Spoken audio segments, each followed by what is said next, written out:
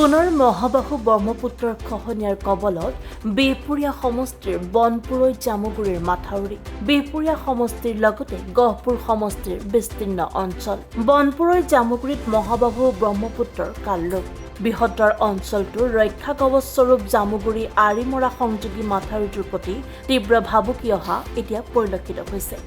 ইতিমধ্যে মাথাউৰিটোত মেলিছে প্ৰকাণ্ড ফাট খহাই নিলে বহু কোটি টকীয়া মাথাউৰিৰ বৃহৎ অংশ যিকোনো মুহূৰ্তত খহনীয়াত বিচ্ছিন্ন হৈ পৰিব পাৰে মাথাউৰিটোৰ এক বৃহৎ অংশ।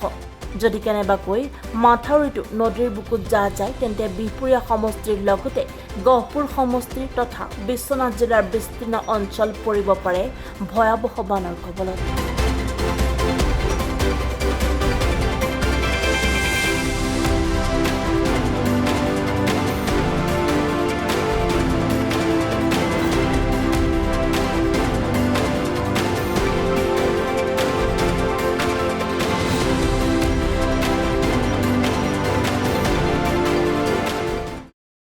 তিনি বছৰমান হৈছেনে নাই হোৱা ঠিক নিৰ্দিষ্ট তাৰিখটো মই ক'ব নোৱাৰিম।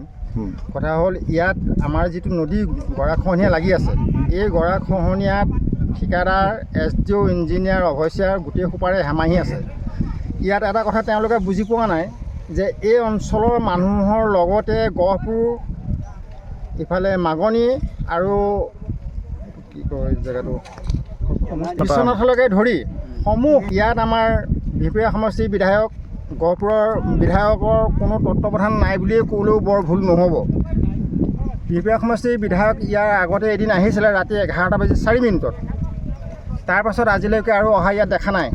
ঠিকাদাৰৰ হেমাহি এই ৰাইজ মৰিলে তেওঁলোকৰ একো ক্ষতি নহয়, সেয়েহে এনেকুৱা হেমাহি পৰিস্থিতিয়ে আমাৰ ৰাইজক শংকিত কৰি তুলিছে। এতিয়া কিমানমান টকা এইটো আগত আহিছিলে যিটো বনোৱা হৈছিলে আপোনালোকে জানে নেকি? এইটো 2 বছৰমান হ'ল নেকি, 2 বছৰমানহে হৈছে কিন্তু। সেয়েহে ইয়াৰ তত্ত্বাৱধানৰ কাৰণে মানুহখিনিৰ নিৰাপত্তাৰ কাৰণে চৰকাৰে বিহিত ব্যৱস্থা গ্ৰহণ কৰিবৰ কাৰণে জনোৱা হৈছে। খহনীয়া ইমান খহনীয়া, ইয়াত আৰু মানুহৰ কিবা নিৰাপত্তা থাকিব পাৰে নেকি? এই নিৰাপত্তা দিবলৈ যাওঁতে ইয়াত বিশেষকৈ ঠিকাদাৰে কৰ্মী ৰাখিব পৰা নাই। ঠিকাদাৰে কৰ্মীসকলক উপযুক্ত পৰিমাণৰ পাৰিশ্ৰমিক নিদিয়াৰ কাৰণে কৰ্মীও নোহোৱা হৈছে ইয়াত কাম কৰিবৰ কাৰণে। নাৰায়ণপুৰৰ পৰা মাধুৰ্য দাসৰ ৰিপৰ্ট, এনি ভাৰত 24।